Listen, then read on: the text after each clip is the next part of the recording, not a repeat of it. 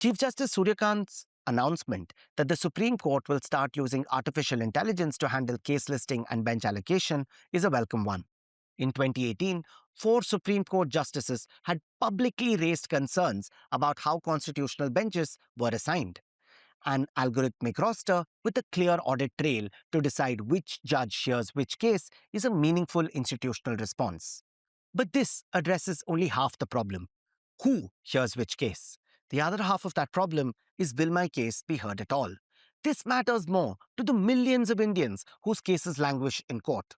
After all, most cases are not sensitive matters of constitutional law.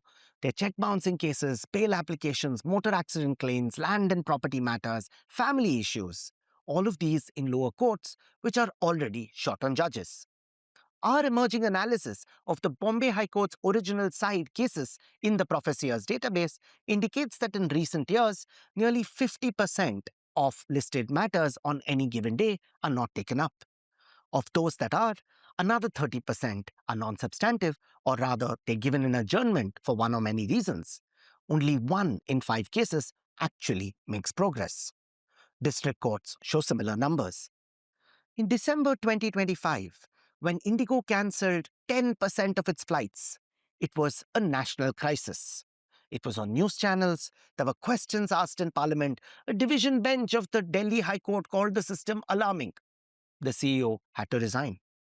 Courts operate with a far worse mismatch every single day. Nobody calls it a crisis because it has always been this way. Our court scheduling has been so unpredictable for so long that every participant has adapted to it. Lawyers routinely take overlapping dates across multiple cases because they can count on their cases not reaching.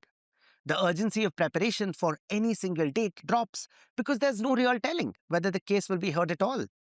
Litigants have learned that non-appearance is tolerated and adjournments are the norm. And judges rarely register the lack of movement in a single case against the ocean of pendency that has aged over decades. Annie Dillard wrote, "How we spend our days, of course, is how we spend our lives." A day in a courtroom tells us a lot about the state of our judicial system as a whole. We've all settled into a low-level equilibrium where no one is surprised when nothing moves. What makes this particularly cruel is that citizens have no exit. If your dentist booked 100 patients for the same appointment slot and sent most of them home after hours of waiting, not tomorrow, but many weeks later, most of you would find a different dentist. Litigants cannot find a different court. They return and wait and return again. Flight schedules are built around crew hours and runway availability, not how many passengers want to fly. Hospitals build surgery schedules around operating theatre hours and surgeon availability. In operations research, it is common knowledge that systems are architected around the scarcest resource. In a courtroom, that is the judge. A judge has about 6 to 7 hours of usable court time in a day. How those hours are used is critical. After all, not all matters take the same amount of time. A summons reissue may take 5 minutes, a witness deposition could take an hour, adjournments take seconds. Listing 100 matters at 10:30 a.m. without estimating how long each takes or whether the total exceeds the available hours can't really be called scheduling. It's more of a lottery. What makes it a little surprising is that Indian courts haven't cracked this yet. Queuing theory is old. Danish mathematician Agnar Krarup Erlang modeled telephone call arrivals as a Poisson process way back in 1909. Over the last century, variations on the same mathematics have been applied to road traffic, airport operations, hospital admissions, factory floors, call centers, and many other fields. Bin packing, which is the problem of fitting different sized objects into a fixed container, is undergraduate coursework. This model fits directly into a courtroom.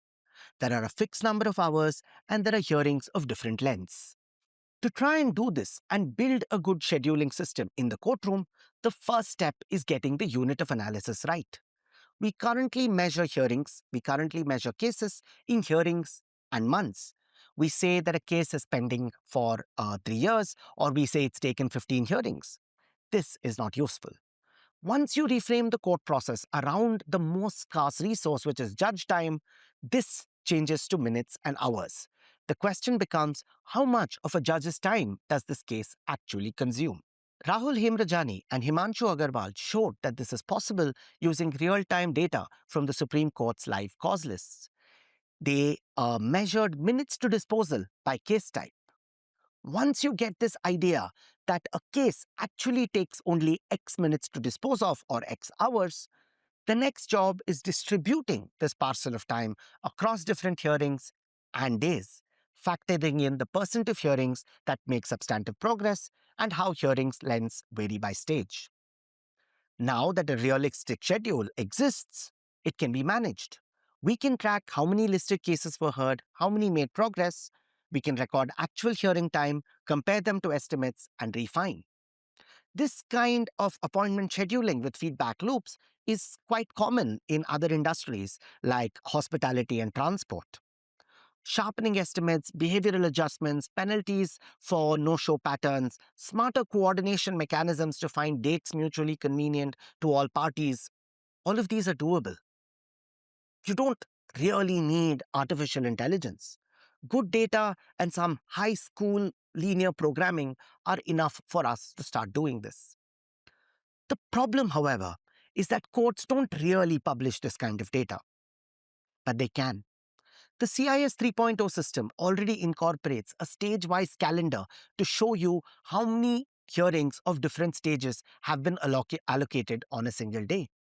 If you layer on top of this the measuring of what actually happens in court, that if you're able to actually measure the hearing time, you can combine these two and build a proper schedule. The High Court of Kerala has implemented this in its On Courts 24/7 court in Kollam. Hearings are now measured in minutes. The next leap will come when we move from a queue system to an appointment system. In a queue, you show up, you wait, and you hope that you reach the front of the line. With an appointment, you know the time and you can plan your day around it. Tim Ferriss puts it well. People choose unhappiness over uncertainty. Consider two Indigo customers in that horrible month of December 2025. Who would you rather be?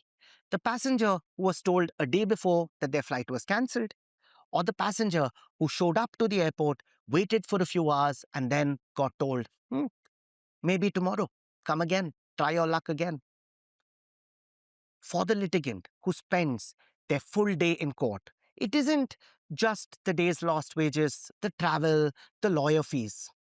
It is the stress of not knowing whether after all this, they will get their appointment with justice.